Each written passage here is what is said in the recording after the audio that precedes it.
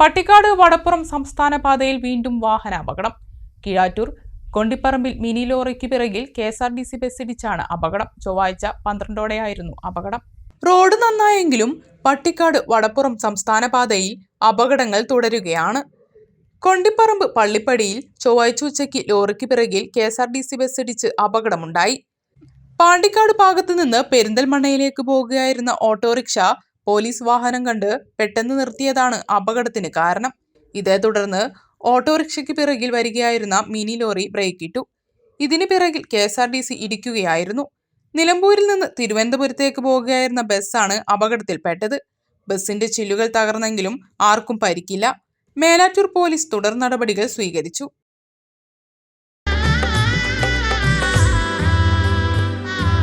Celebrate the moments of colors. KMT Silks, Perinthalmanna, Kottakkal.